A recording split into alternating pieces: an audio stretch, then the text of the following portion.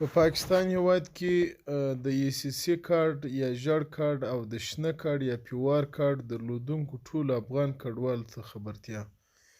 افغان کډوالو د اکثره په سند او پنجاب ایالت کې چې کوم زموږ افغان کډوال دي دا ډېر سخت وارخطا دي چې پاکستان حکومت افغان کډوال باسي.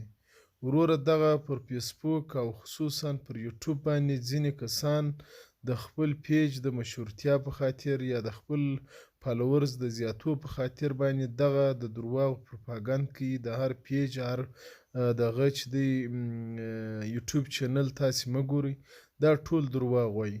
وروره د پاکستان حکومت تر اول نومبر در میاشتې پورې هغو افغان کډوالو ته ټیم ورکړی دی کوم چې هیڅ اسناد ونه لري، او د پیوار کارت درلودو او د ECC کارت درلودو ته UNHCR IOM ادارې دا خبرتیا ورکړې ده، او پاکستان وزیر اعظم خپله وویله چې موږ دا خبره نه ده کړې چې پیوار کارت درلودو والا موږ باسو. دا چې په کراچۍ کې پولیس او د کراچۍ حکومت د دغو افغان کډوالو سره ولې ظلم کوي یا کارډونه نه منل کېږي دا بیل سوال دی.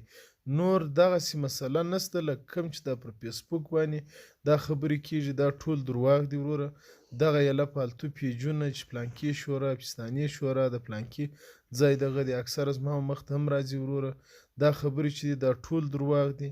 تر اوسه پورې دا د ملګرو ملتونو هم پر پاکستان غږ کړی دی، UNHCR هم کړی دی، د افغانستان حکومت هم کړی دی، ټولو جهاني او دولته ځایي قومو په سیاسي پارټیانو هم غږ پر کړی دی چې دغه افغان کډوال چې اسناد نه لري هغه لا باید ونه ایستل سي. هغه ویډیو در سره شیر کړئ چې ټول افغان کډوال خبر سي او د دغه پریشانۍ څخه خلاص سي.